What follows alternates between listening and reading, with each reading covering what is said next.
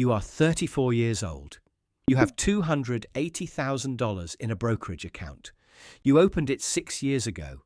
You have added to it every year. You think you are building something. You are not wrong, but you are not right either. Your portfolio holds 14 positions, mostly index funds, 2 individual stocks, 1 REIT. You rebalance twice a year. You read the quarterly reports. You believe in discipline. You believe in patience. What you do not yet understand is the difference between patience and architecture. One keeps you in the market. The other keeps the market from ever touching what you built. You are about to learn the difference. The conversation happens at a dinner, not a formal one, a neighbour's backyard. The neighbour is 58, retired at 51. He does not talk about money often.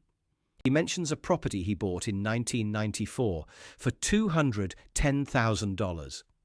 It generates $8,400 a month in rental income today.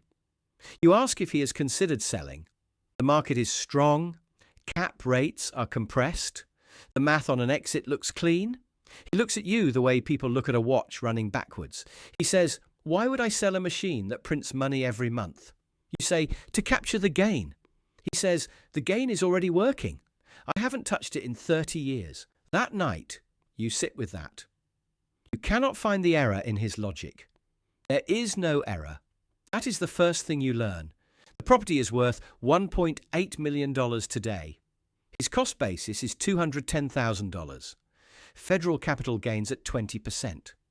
Net investment income tax at 3.8%. State tax at 5.1%. Total tax on the gain, approximately $297,000, gone permanently. He does not pay $297,000. He borrows $600,000 against the property at 4.6%. No tax event. The income continues. The asset continues to appreciate.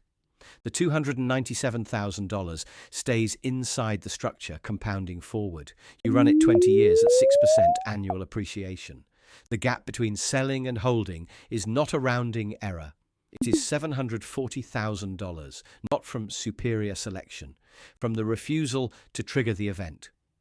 You stare at the numbers for a long time. You keep expecting them to correct themselves. They do not correct themselves. You start reading differently after that. Not market analysis, tax code, estate structures, trust mechanics, stepped-up basis at death. The rule is simple. You hold an asset until you die. Your heirs inherit it at current market value.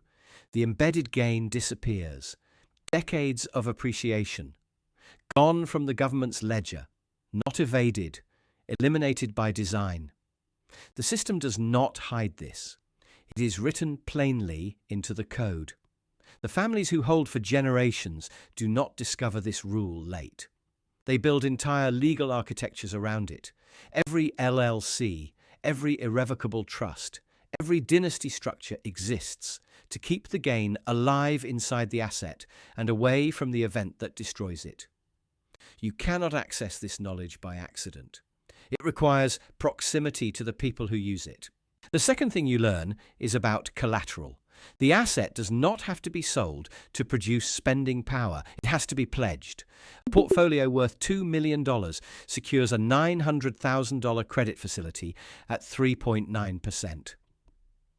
You borrow. You deploy the capital. You do not sell the portfolio. The portfolio continues compounding. You pay interest. The interest is lower than the return on the collateral. You pocket the spread. The asset is simultaneously appreciating, generating income, and serving as the foundation for the next acquisition. This is not leverage as risk. This is leverage as architecture. The wealthy do not think about what an asset is worth today. They think about what the asset can support. The distinction is total. The third thing is permanence. You begin to understand why certain families hold the same assets across 4 generations. A water utility purchased in 1978 for $14 million, worth $890 million today. It generates $47 million annually.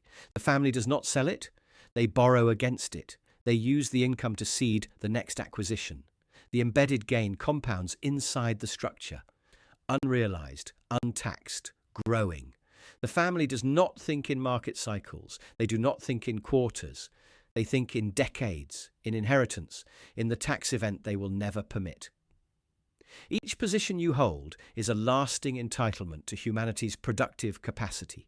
To sell is to forfeit that perpetual stream for a one-time taxable payment. The payment arrives, the tax arrives, the inflation arrives, the ASI. T is gone. What replaced it is already eroding. You look at your own portfolio again. 14 positions, mostly index funds, 2 individual stocks. You sold both individual stocks after 1 year of gains. You paid the tax. You moved the proceeds into another position. You repeated this 12 times over 6 years. Each time you sold, you believed you were optimizing. You were not optimizing, you were paying. Every sale is a subtraction. Every tax event is capital permanently removed from the compounding chain.